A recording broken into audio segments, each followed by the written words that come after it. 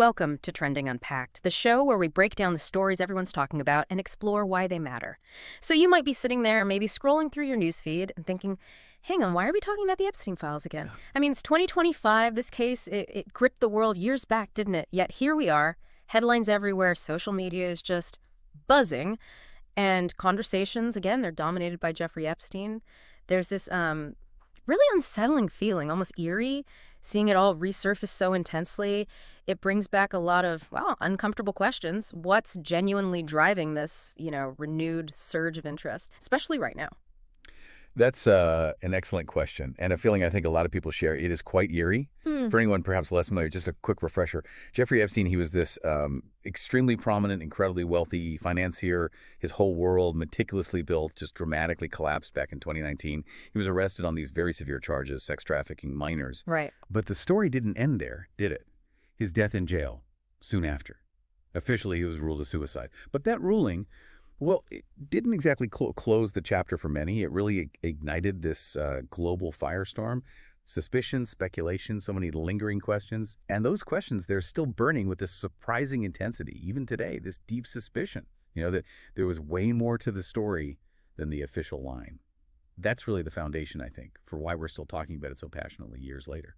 Absolutely. Yeah, the official story around his death just felt, well, unsatisfying, didn't it, for so many people? It left this kind of vacuum, and public curiosity just rushed in to fill it. So it never truly went away. It just sort of simmered, I suppose, waiting for the right moment to boil over again. Which brings us right here to today. What is behind this renewed interest, specifically in 2025, and what exactly are these Epstein files everyone's suddenly talking about? All right, let's clarify that straight away, because that term, Epstein Files, it can be a bit, well, misleading. When people use it, they're not talking about like one single file or some big government report that just dropped. Okay. Instead, what we're really dealing with is this huge, complex, and actually still growing collection.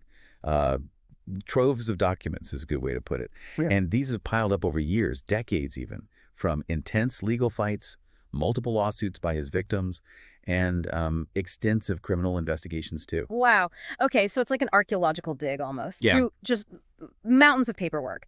If it's not one single file, what kind of stuff are we actually talking about? Is it just dry court records, or is it, wider than that? And how did all this material even come to light? Oh, it's much, much broader than just court transcripts. And yeah, the story of where it all comes from is just as complex as what's in it. Think of it like a multi-layered history book of a really dark period. A lot of these documents, they started in civil lawsuits filed by Epstein's victims. That landmark case brought by Virginia Giuffre, for instance, was absolutely crucial. Right, I remember that name. In those kinds of civil cases, the discovery process, it's incredibly thorough. It forces the release of just tons of material. We're talking emails, flight logs from his jets, personal schedules, detailed financial records, contact lists, and critically sworn testimonies. Depositions from alleged co-conspirators, other witnesses, maybe even some of Epstein's alleged high-profile friends. Okay, so a lot more than just legal filings. Exactly. Then, on the criminal side, you have the investigations, state, federal.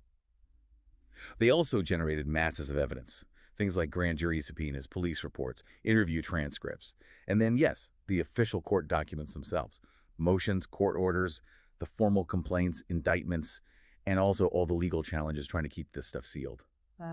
Okay. So a real fight to get it out there. A huge fight. So for anyone really trying to piece together the whole horrific picture, Epstein's network, his activity, these documents, even though they're scattered, sometimes overwhelming, they're the main source. The most direct information we have is the closest we can really get to understanding the true scale of it all, the scope of his operation, the extent of his alleged connections. It really is like a mosaic then. Each piece, even a small one, might reveal something critical. And the fact they were fought for, tooth and nail, through the courts, that says a lot about the resistance to making them public. But, okay, the Epstein case, it's been bubbling away for years. Why now? Why 2025? What specifically kicked off this latest buzz and brought these files crashing back into the headlines? Yeah, the renewed heat around the Epstein files in 2025, it comes down to a very specific, very significant legal event. We saw a large-scale public release of previously sealed documents. And this wasn't just, a trickle, not just a few extra pages. Right. It was a substantial wave of new information. And crucially, it included previously redacted names and new details about Epstein's network. To really get the impacts, just imagine thousands of pages of legal papers you knew existed, but they were deliberately hidden. Right, those black lines everywhere. Exactly. Whole sections just blacked out. Names hiding behind these thick, inky bars, like a deliberate veil of secrecy. Then, boom! A court order lifts those redactions. The black ink vanishes. And names that were hidden, specific details about who met who, where, when. New connections, suddenly exposed, public view, Right. for the very first time. That is a powerful image. Lifting those redactions, like a spotlight suddenly hitting things hidden in the shadows for years. It must have felt like an information bomb going off, shattering the silence around people who were previously just anonymous figures in the background. Yeah. But what's the real, tangible significance of those names becoming public? It's more than just satisfying curiosity, isn't it? Oh, absolutely. You really can't overstate the significance. When information like this, especially involving powerful people, has been deliberately kept hidden, Yeah. and then it's revealed, it carries immense weight, multiple implications. First, it signals a shift, maybe small, but a shift, in that balance between secrecy and transparency. Often, it's seen as a win for public interest, and maybe for the victims seeking broader accountability. For the individuals whose names were suddenly out there, celebrities, politicians, business leaders, whoever was allegedly connected, it means instant, intense, and often, frankly, unforgiving public scrutiny. Yeah, I can imagine. Their connections, their past actions, their whole integrity, suddenly questioned by millions in real time. And that can have profound, immediate consequences. Careers, reputations, personal lives, all under the microscope. And what about the institutions involved? The courts that sealed them? Maybe law enforcement? That's the second key point. For those institutions, it raises critical questions. Why were these details protected for so long? What else might still be hidden? This kind of unsealing, it speaks volumes about the opacity that often surrounds the powerful and their connections. These revelations, they weren't just minor footnotes. They provided genuinely new details. And that sparked fresh rounds of intense speculation, analysis, debate across every platform you can think of. It was like pouring gasoline on embers. It reignited this global conversation that had maybe gone quiet but was never truly forgotten. Put justice, power, accountability right back on the table. Oh, okay. Wow. That makes it incredibly clear. So it's not just that new documents appear, it's what was in them. Specific, previously hidden information, names, that fundamentally changed the public's grasp of the case's scope. Okay, so here's where it gets really interesting, I think. You've got these explosive new details, these names out in the open. What was the immediate impact? How did the world react, especially, through the lens of our hyper-connected digital world? The reaction, immediate, visceral, and honestly, overwhelming. As soon as those unsealed documents hit the public domain, the internet just, well, it absolutely exploded. You saw online forums, news outlets, and social media immediately amplifying speculation about what it all meant, the implications, and at just a dizzying speed. Yeah. What's really key here is understanding the sheer velocity and global reach of information now. In, say, the pre-internet days, revelations like this would have filtered out slowly. Through traditional news, maybe over days, weeks, there would have been more control, perhaps a more curated discussion. Right. More gatekeepers involved. Exactly. But now, within minutes, literally minutes of a court order, the raw information, all the speculation tagging along with it goes global. Instantly. That's a great way to put it, a digital wildfire. It really highlights how different this is, even from a generation ago. More time for vetting back then, maybe. But today, the info and, the speculation that comes glued to it just explodes. I wonder, though, does that speed, that lack of filters, while maybe democratic, also carry a bigger risk? Misinterpretation, maybe even deliberate misdirection compared to older media. That's a really sharp point. It absolutely highlights the dual nature of our digital age, doesn't it? On one hand, yes, this rapid decentralized spread gives everyone access. It lets this global network of, you could call them digital detectives, scrutinize everything. They cross-reference details, connect dots, stuff that might otherwise stay buried in legal jargon. Every unredacted name, every new detail gets instantly dissected, debated, analyzed across X, Reddit, TikTok, independent news sites, everywhere. That ensures nothing gets missed, in a way. But, and it's a big but, the same speed, the same lack of traditional checks and balances means misinformation, unverified claims, even outright lies can spread just as fast, if not faster. Right, because scandal travels faster than fact sometimes. Exactly. The new details definitely reignited public curiosity, especially about those high-profile connections. No doubt about that. But the immediate effect was this huge surge of intense public talk, often turning into a kind of, well, trial by digital fire. Trial by digital fire, that's a potent phrase. What does that actually mean for the public figures named? Even if they were just mentioned briefly, maybe tangentially, it feels like their reputations are instantly thrown into this unforgiving court of public opinion, way before any kind of due process happens legally. It absolutely is that. And the implications are incredibly severe. For any public figure, just having their name appear in these documents, even if the context is peripheral or maybe totally unverified, it can be devastating instantly. In these digital echo chambers, where opinions just bounce around and reinforce themselves, these discussions get amplified, repeated endlessly. Often, the original claim gets completely separated from its actual context. A screenshot of a flight log, a tiny snippet from a deposition. Yeah, taken out of context. Totally decontextualized. It becomes a viral accusation, takes root globally in minutes. This leads straight to those rapid-fire accusations, unverified claim sticking, and character assassinations. And it's incredibly hard for individuals to push back, to correct the record, to recover. The impact on reputation, career, personal life, it's immense, often permanent, and all without the careful vetting or due process that traditional legal or journalistic systems, for all their flaws, might try to offer. It's a stark, often brutal example of how easily reputations get damaged now. So, okay, the files are out, the internet's buzzing, reputations are hanging in the balance. But what are people actually saying? What are they theorizing about these new bits of information? It seems like the content itself is just one part, right? The interpretation, the narratives that spin out, that's a whole other thing. You're absolutely right. The interpretation and often the really intense speculation, that's a massive part of the ongoing story here. Public curiosity centers squarely on celebrities, politicians, and business leaders named or referenced in the documents. That's almost inevitable. Just human nature, maybe, drawn to power and fame. Exactly. We're inherently drawn to stories involving power, influence, wealth. These are just random names on a page, you see. These are people who hold real public influence. They shape policy. They entertain millions. They control huge amounts of capital. So naturally, their alleged links to Epstein's world, however tenuous sometimes, just amplify public interest and, frankly, concern exponentially.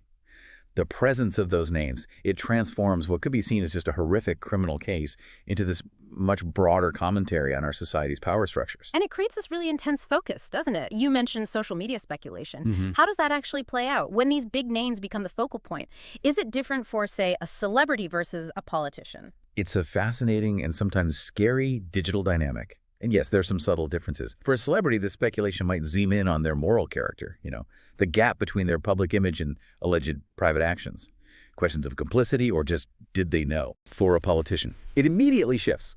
Questions about abuse of power, potential corruption, maybe even risks to national security or public trust. Higher stakes, maybe? Arguably, yes. Social media acts like this instant, unfiltered public court for all of them, regardless. Individual names become trending topics overnight. They're the subject of endless posts, threads, video analyses, memes, even deepfakes sometimes. It often leads to this feeding frenzy, where those rapid-fire accusations can just completely swamp any careful, nuanced analysis. Unverified claims, sometimes based on misunderstandings or even deliberate falsehoods, they can circle the globe in minutes. They get deeply embedded in certain online groups, and for many people in those groups, they effectively become the truth. It makes it incredibly hard to sort fact from fiction, and for anyone named. Their reputation can be damaged beyond repair, often before they've even had a chance to put out a statement. That ease of damage, even with claims lacking full proof or context, it's a real hallmark of this digital age. It's fascinating and, yeah, honestly, pretty terrifying how fast a name can go from respected to reviled in that space. But you touched on this earlier.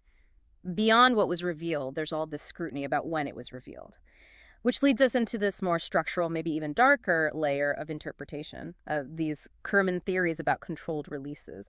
Can you unpack that? What do those theories suggest? Why have they got such a grip on the conversation around the Epstein Files? Right. Beyond just the names and details, a really significant and quite pervasive part of the online discussion focuses on the timing. There's this widely circulated theory, often called controlled releases. The core idea is that some argue the timing of document unsealing is intentional to distract from other news. So this view sees a legal process, even a judge ordering documents unsealed, not just as, the law running its course. But as something orchestrated. Exactly. As strategically timed moves by powerful, usually unseen groups or individuals. So the thinking is, these documents aren't just coming out because a judge finally said, okay, release them. It's because someone wants them out right now for some other reason. That implies a serious level of manipulation. Precisely. And this theory, it taps into a very deep-seated feeling of distrust, something that seems increasingly common in society today. It suggests there are hidden hands pulling strings behind the curtain, using this incredibly sensitive, attention-grabbing information as a tool, a diversion. A diversion from what, though? Well, proponents might say maybe there's a big political scandal about to break, or an economic crisis causing public anger, or some other major issue that people in power don't want us focusing on. So the sudden explosive release of Epstein documents, it effectively hijacks the news cycle, Yeah. draws all the public and media attention away from those other, maybe more inconvenient stories. Right, the look over here tactic. Kind of, yeah. And this isn't just some fringe conspiracy theory for a tiny group. It feeds into a much broader narrative, one that's gaining ground. The narrative that powerful entities routinely manipulate information for their own strategic benefit, that transparency and justice aren't always the real goals. It's the belief that what we see reported is rarely the full picture, that there are always hidden agendas. And once that seed of suspicion that things are being manipulated is planted, it can spread like wildfire online, can it? These theories about controlled releases, how do they gain so much traction? What makes them so compelling to people? Sometimes it feels like the theory becomes bigger than the actual documents themselves. They really do gain traction quickly, because in a way they offer a seemingly logical, though often quite cynical, explanation for events that might otherwise feel random, too coincidental, or just too neat. Yeah, like things fitting together too perfectly. Yeah. Right. In an era where trust in traditional institutions, government, media, even the courts sometimes, is visibly eroding for many, the idea that powerful forces are secretly orchestrating events, it resonates strongly with people who already feel maybe disenfranchised or just deeply disillusioned with the system. So it confirms their existing worldview, in a way. It can, yes. Uh-huh. These theories often become their own self-sustaining stories online. They get amplified within echo chambers where everyone agrees. Sometimes they do seem to overshadow the actual painstaking legal work, the lawyers arguing, the judge's ruling that led to the documents being unsealed in the first place. They provide this coherent, albeit conspiratorial framework to try and make sense of a really complex, deeply disturbing reality. And it links directly back to that core theme of this whole case. Secrecy, hidden power structures, the pervasive feeling that there's always more going on beneath the surface, and what we're allowed to see isn't the real truth. It feeds that sense the system is rigged. That idea of controlled releases, the manipulation of information, it really does tap into that deeper vein of mistrust that feels so widespread right now. Which leads us to a bigger and maybe more troubling question. What does this whole case to this, the names, the crimes, the theories about timing and manipulation, what does it ultimately reveal about public confidence in our institutions today? I think this is probably one of the most significant and likely longest-lasting takeaways from the whole Epstein saga. This case has become a lightning rod, especially in online spaces, for a much broader and seemingly deepening public distrust of institutions. You see, online debates focus incessantly on whether justice was ever fully served. Was it? That question keeps coming up. And it's inevitably tied to his death, his official cause of death. The supposed suicide in jail. Exactly. Officially ruled suicide, yes, but met with just widespread, immediate, visceral skepticism from so many quarters. For a lot of people, that wasn't just a tragic end to a criminal case. It was seen as a symptom of a much deeper problem within the system itself. It's like the unresolved nature of his death becomes a kind of symbol, a symbol for a justice system that maybe failed, in the eyes of many, to hold someone truly powerful fully accountable. It feels like it goes way beyond just Epstein himself, doesn't it? It reflects a bigger loss of faith. Precisely. The Epstein case, it has this unique, toxic mix. Incredibly high-profile connections, truly horrific crimes against vulnerable people, and these huge, gaping, unanswered questions. It becomes this potent, enduring symbol. It feeds directly into that pervasive narrative we talked about, that the powerful aren't just often above the law, but they might be actively protected by this system. Protected how? Well, the narrative suggests, maybe through lax oversight, maybe complicity from others in positions of power, maybe even outright cover-up. We're talking about doubts regarding the integrity of the justice system, law enforcement, maybe even political structures. This narrative perfectly embodies those themes: corruption, privilege, and hidden power structures. And that's where that eerie feeling really comes into focus, isn't it? As you, the listener, have to confront this deeply unsettling idea, the idea of shadowy forces maybe operating with impunity, seemingly untouchable, it reinforces a really cynical view that the game is rigged, and true accountability for the elite is often just an illusion. So it's morphed far beyond one man and his awful crimes. It's become this potent symbol, a kind of touch-tone for all our anxieties about power, secrecy, and justice in modern life. What then is the lasting impact? Why does this story keep coming back to haunt us years later instead of just fading into history like so many other cases? That really is the million-dollar question, isn't it? Why this case? Why does it keep resonating, keep trending years after the initial shock? Fundamentally, I think it persists because it embodies these incredibly powerful themes: corruption, privilege, hidden power structures. These aren't just abstract ideas. They hit on universal, timeless anxieties, Hmm. deep human fears about unchecked power, about who's really in charge, about the vulnerability of the innocent when faced with the immense resources of the powerful. Yeah. It really touches our collective sense of fairness, of justice, or maybe more accurately, the perceived lack of fairness and justice in systems that seem to treat the wealthy and connected very differently. It's almost like it's turned into a kind of modern myth, hasn't it? A cautionary tale about the dark side of influence and wealth. A story that, because it feels unfinished, just keeps demanding our attention. That's a great way to put it, a modern myth. The unresolved questions, especially around his death, that official suicide ruling versus the deep, ingrained public skepticism, they really cement its place in our collective memory. It leaves this open wound, a sense of unfinished business. It stops the story from ever feeling truly closed, neatly filed away. So yeah, it's way more than just a crime case now.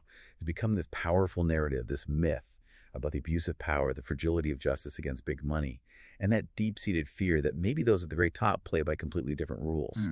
It forces us to confront how power actually works when it's allowed to operate in secret. Often with complicity, whether it's tacit or explicit from various corners of society, it really makes you, the listener, consider which parts of this story resonate most with your own sense of how the world works. And do those who benefit from these systems ever face real, meaningful accountability? And connecting that to the bigger picture, beyond just the gut feeling, the resonance. What does this case, especially with these ongoing document releases, tell us about the fundamental dynamics, power, secrecy, and our collective demand for accountability here in the 21st century? What are the real-world implications?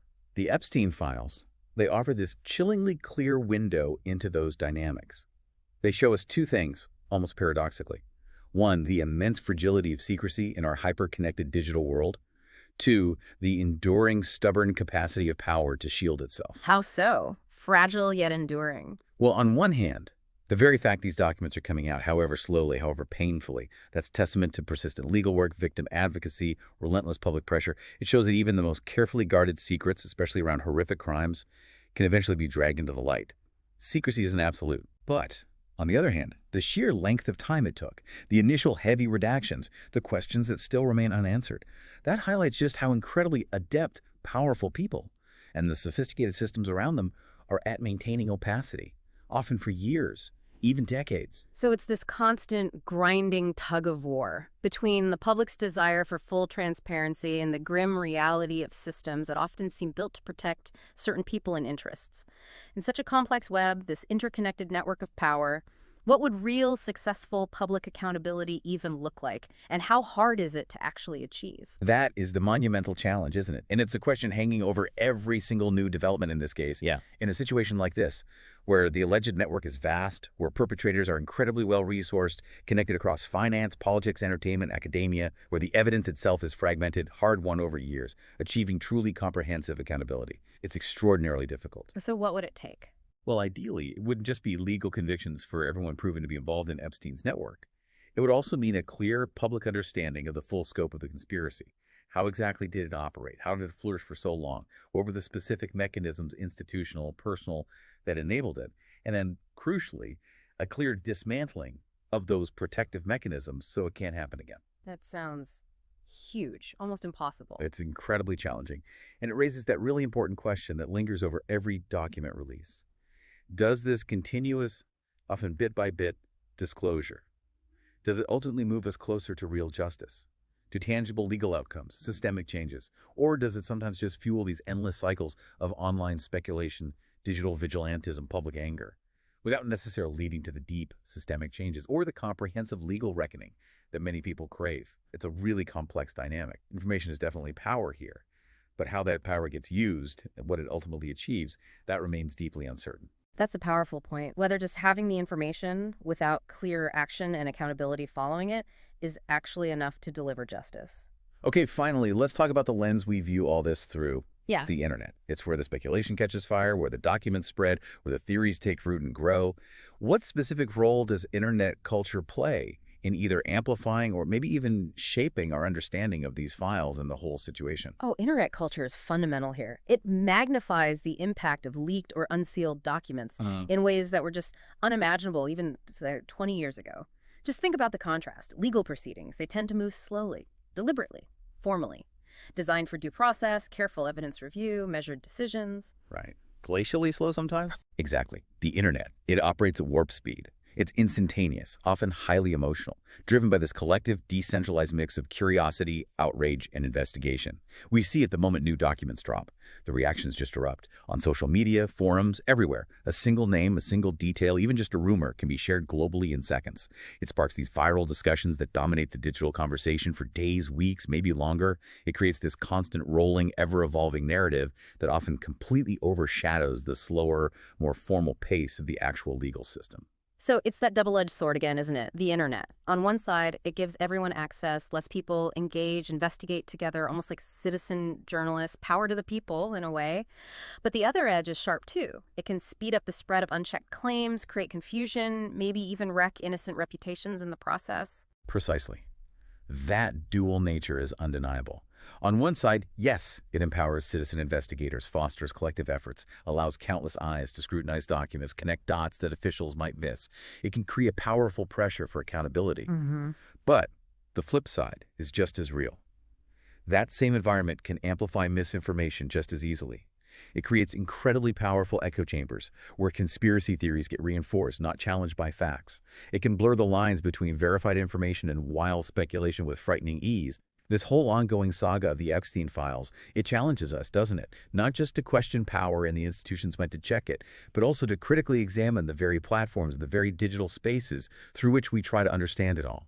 Maybe a final thought for you, the listener. What stands out to you in how information, especially really sensitive information like this, gets handled, interpreted, and spread in our interconnected world today? And what responsibilities do we all bear as consumers and maybe sometimes disseminators of that information online? That is a profound thought to end on. The Epstein Files serve as this stark, unsettling reminder that some stories, particularly those touching on power, secrecy, profound injustice, they don't just fade away, they echo.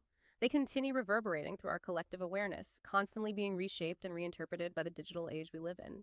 This case, it really forces us to reckon with some deeply uncomfortable truths about our society, about the institutions that govern it, and maybe about our own role in how these narratives unfold. Next time on Trending Unpacked, we'll shift from real-world files to Netflix fiction with unknown number, Kendra Licari, a series that's blurring lines between mystery, crime, and digital fear. You won't want to miss it.